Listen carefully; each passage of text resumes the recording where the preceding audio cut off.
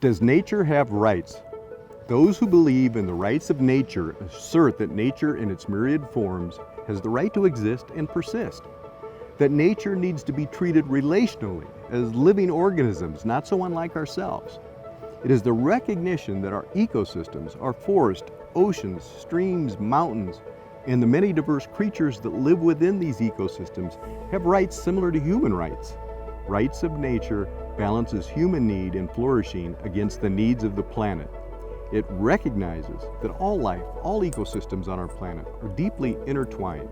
Worldwide, the legal systems of nations have granted property ownership of these ecosystems to people and corporations. Under many laws, including some created to protect ecosystems, nature is left unprotected and vulnerable. Here's the rub. A tree can't walk into court. A stream or a national forest can't shout that it's being attacked and harmed. How are the rights protected? It's up to us, you and me, to protect nature's rights. Not unlike how we protect a child's welfare, we act for nature as we would for a child. If this notion interests you, come study this concept in the Masters of Organizational Leadership program at Regis University.